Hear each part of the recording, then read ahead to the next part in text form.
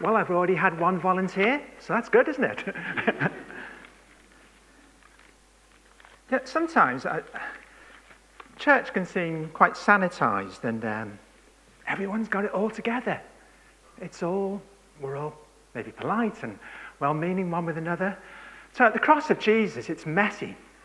There's no sanity or sanitizing at the cross of Jesus. It's everything. He gave his all. Whatever you're going through today, whatever you're struggling with, whatever burdens you're carrying, you can come to the most powerful place, the most powerful person. You can receive the most powerful exchange that there is possible for anyone to have. The cross of Jesus. There's been nothing quite like it. There never will be anything quite like the power that is in the cross of Jesus. For you, for me, for the world, which he loves so much. So as we're praying for Israel, as we're praying for Gaza, it's a messy business. We don't know how to pray at times. There's no other answer, really, except the cross of Christ. People will say all sorts of answers, all sorts of ways in which things can be made right.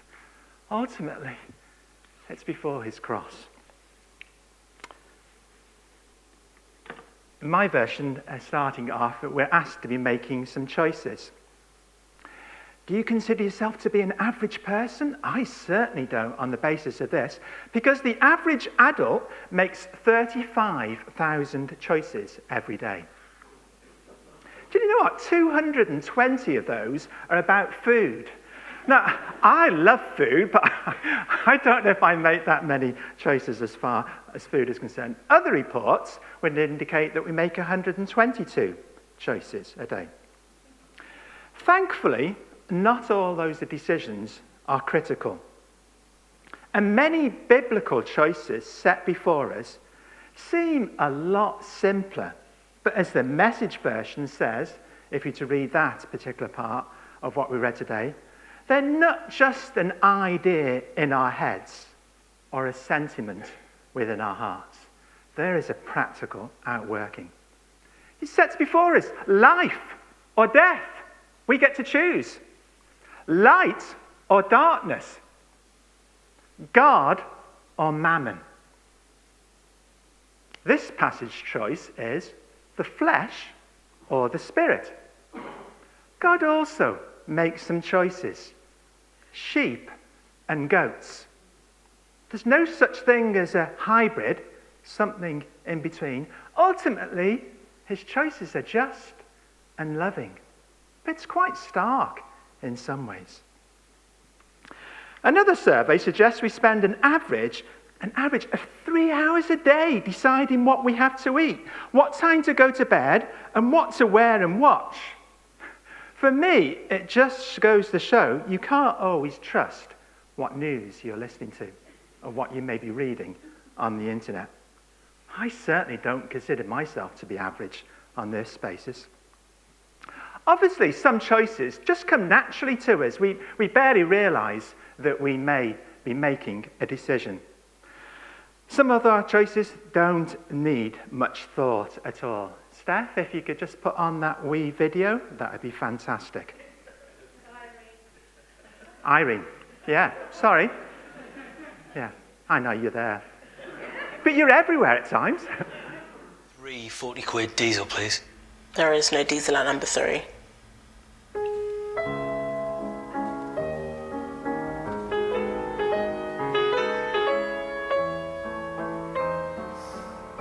It's okay. I'm with the AA.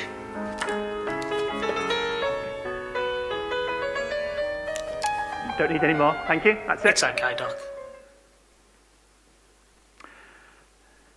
Don't worry, there are other providers other than the AA. Oh, why did I do that? Lack of knowledge? Misunderstanding? A mistake?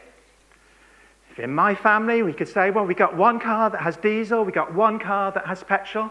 I'm not standing here before you as one who's actually done this. But the consequences are very much the same. I'm no expert at all, but just briefly, petrol engine use spark plugs to ignite the air-fuel mixture, I believe. Diesel engine uses compression to ignite the fuel. It's difficult to put diesel in a petrol car because of the nozzle size. Petrol in diesel car, there's a much higher probability. But there is a remedy. Flesh or the spirit? It's a really important, it's a vital choice. Maybe use it next time you go past the filling station, next time you come to fill up. Bit of product association, the flesh or the spirit. It's a choice we make. Sometimes we just make it without even realizing we're making a choice. But God gives us a choice as to what to do. A remedy, as far as this particular episode is concerned, is don't start the engine. Don't start the vehicle. It is quite a stark voice. It's an urgent. You've got to do it quickly. Don't, whatever you do, stop. I'm with the AA. There is someone much better than the AA who's able to rescue us. If you were to start the engine, if you were to travel a few miles, then you may need to flush, or if you start the engine, flush the tank, fill up, and you're possibly good to go. The worst case scenario is you drive your car for some time and then realize, turn off the engine, clean it, flush it, change all the filters. There is a cost for the decisions that we make. A radical solution is needed. It doesn't matter we say, well, I didn't know. Oh, it's a misunderstanding. Oh, it doesn't matter what our excuse is. And at times we've all got excuses, haven't we, for the decisions that we may make. Verse 16 starts us off with a choice, the flesh or the spirit. What are the motivators that would help us to make the right choice? I heard a story of this last week back in my hometown, it's now a city, Wrexham. This one particular 4-year-old boy. He was so looking forward to this service that was happening at his church this next weekend. There was a special meeting taking place. And he said to his mum, "Oh, Mum, I'm so looking forward to seeing a miracle take place." So a lady was at the front of the church. And for 20 years, she had glass underneath the skin in her hand. And it was causing her all sorts of problems because of other issues that she was going through at this particular time. She'd had a couple of operations as well. She was a few weeks off work, going into a few months off work, wasn't able to work in the kitchens. So this lady at the front of the church said, "Has anyone never seen a miracle before? Who'd like to see a miracle?" This little 4-year-old boy says, I do. He came running to the front. And she just encouraged him to pray a prayer. I don't know what prayer he prayed exactly. "Oh, Jesus, would you heal her?" They interviewed this lady the next day. She'd already been back to work that morning. She'd already felt a difference. Her hand beforehand was almost claw-like, but now she could move it. The mum of the 4-year-old boy was being interviewed next to this other lady as well. What choice did he make? Am I going to just sit there and not be courageous enough? No, he had courage. He had childlike faith. He was willing to put himself in a position. What choices are we make? Are we going to stay in the flesh, or are we going to be courageous people who will begin to walk out in the Spirit? Jesus, he was faced with a choice. For him, it was the joy set before him that made him go to the cross. There's a passage in Luke 9, in Adventure, as I mentioned, we talk about the Good Samaritan. In Luke 9, verse 51, there's another passage where they come across this area of Samaria. And it reads along the, I haven't got it in front, but it's along the lines of, because the time had come for him to be taken up to heaven, Jesus resolutely went towards Jerusalem. What a contrast. He could have been thinking, oh no, I'm going to die, I'm going to have to suffer. But somehow that he changed his whole way of thinking. I'm going to go to heaven. Yes, he didn't have to suffer. He was going to have to die. But but because of the ultimate destination, sometimes changing the way we think, our perceptions. Maybe you're fearful of something. Maybe this weighs upon you and you're making choice after choice about what you're going to do in the situations that's going to come up before you tomorrow, this week at work, maybe even later today.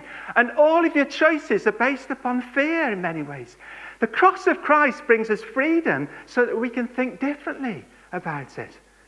Another situation, if you're in a really tough time, if it's a crisis, such as Peter in John chapter 60, he's heard a really hard teaching. He's basically left at the end of his tether, as I'd say. Lord, where else can we go to? For you alone have the words of eternal life. He's seen it all. He's lived the life. He's seen what life is like as a fisherman. He's seen all that happens in the religious circles. He knows. But he's realized the choice he's left with, this is going to be tough. I don't understand it. I don't know what's happening at this particular time. How can you bring such tough teaching? But it doesn't matter. You alone have the words of eternal life. I've made my choice. I've made my decision. I'm going to follow you, Jesus. We're left with choices in the tough times, in the difficult times, as our minds may sometimes whirl away as we think about something that's going to potentially happen in the future. No, let your choice be that of the Spirit. Galatians 5, live by the Spirit, verse 16, the NIV says. Verse 18 says, led by the Spirit. What do these two verses mean to you? I'm just going to lay that as a question before you. To live by the Spirit or to be led by the Spirit? Huge implications. This passage shows us two wonderful benefits of being led by the Spirit. Verse 18, if we are led by the Spirit, we're not under law. Produce these fruits, verse 23, and there is no law. I heard someone who was meditating and praying over each of these fruits of the Spirit. And they started off at the beginning. The idea was, if I'm able to get past the first one, then I'll go on to the next one. Day after day, they'd be confronted with this love as the first one. And they just thought, I can't do it. I can't go any further. These fruits we cannot do. It's not natural. It's as we allow ourselves to be led and to live by the Spirit that these supernatural fruits will develop. We don't get to pick and choose which one. I think I'll have a bit of gentleness today. I think I'll have a bit of kindness. I think I'll show a little bit of joy. We never get to have the choice as far as he's concerned. It depends upon the internal decisions, our choices that we are making, being led by the Spirit, living in the Spirit, or choosing the ways of the flesh. What happens when we live God's way? He brings gifts into our lives, much the same way fruit appears in an orchard, the Message version says. You can be gifted, but bear no fruit. Gifts will come and go. It's the fruit that God works within you that will last. Just going to mention a little in detail the first two of these gifts. The Greek word describes a type of love which is self-sacrificial, devoted to someone. A love that is willing to serve others. This type of love is what makes it possible for us as believers to really meet one with another and be at peace with one another. The Scottish use, the Gaelic, as far as love is concerned, there could be up to 20 different ways of saying love, or I love you. Greeks, they had it 4 ways. Another way to translate it is, whatever you do to me, and even though I'm not attracted to you, I care for you so deeply that I will always seek your best good, whatever it costs me. The English word care most probably nearer to it than the English word love. We can read it so quickly and so easily, and we can skip past these. Where I was sitting, it was good to hear someone behind me just reading the fruits of the Spirit as they're gone. I've got a little bit longer, Dave. The second fruit, joy. Joy in this passage. So my wife was reading this passage 26 years ago or something like that. And the word chara leapt out of. It's a joy which is joy, delight, often seen in the Bible with gladness, the realization of God's favour and grace in one's life, not depending on our circumstances. So that's what we named our daughter, Cara. Now, I had the chance about 2 weeks ago, I think it was. She's always said, oh, why do you call me that, C-H-A-R-A? The number of times I've had to change my name and say I'm called Chara or something else. And she's now, thankfully, just beginning to grapple with God, that that's what he's called her. That's what he's named her. What's he named you? How's he calling you? How does he want you to be led by the Spirit? God's solution for everything is the cross.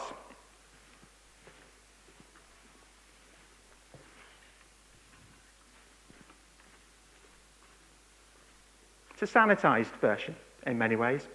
Another way to look through Galatians. Galatians chapter 1 verse 14. He delivered us from the present evil age. Galatians 3:13. He delivered us from the curse of the law. Galatians 2:20.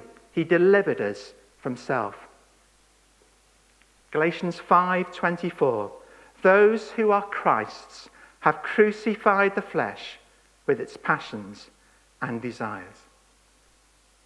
Deliverance from the flesh. Yeah, I'll always get to live in this body, this side of heaven, whether I like it or not. But we can crucify our passions and desires. We can exchange the flesh for the way of the Spirit. It's costly, it's messy, but it's a choice. During the next song, maybe afterwards, are the things that you're struggling with, desires, passions you'd rather not live with. Come and jot them down on a piece of paper.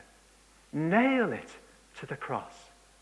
Spend time receiving that exchange of words, of hope and life that Jesus wants to bring you. It is the most powerful exchange possible, the cross of Jesus Christ. Don't miss out on any opportunity. I love the celebration of Easter. But somehow or other, a couple of weeks later, I sometimes wonder, do we lose that centrality of the cross and the resurrection of Jesus? What a joy that victory is that he has won.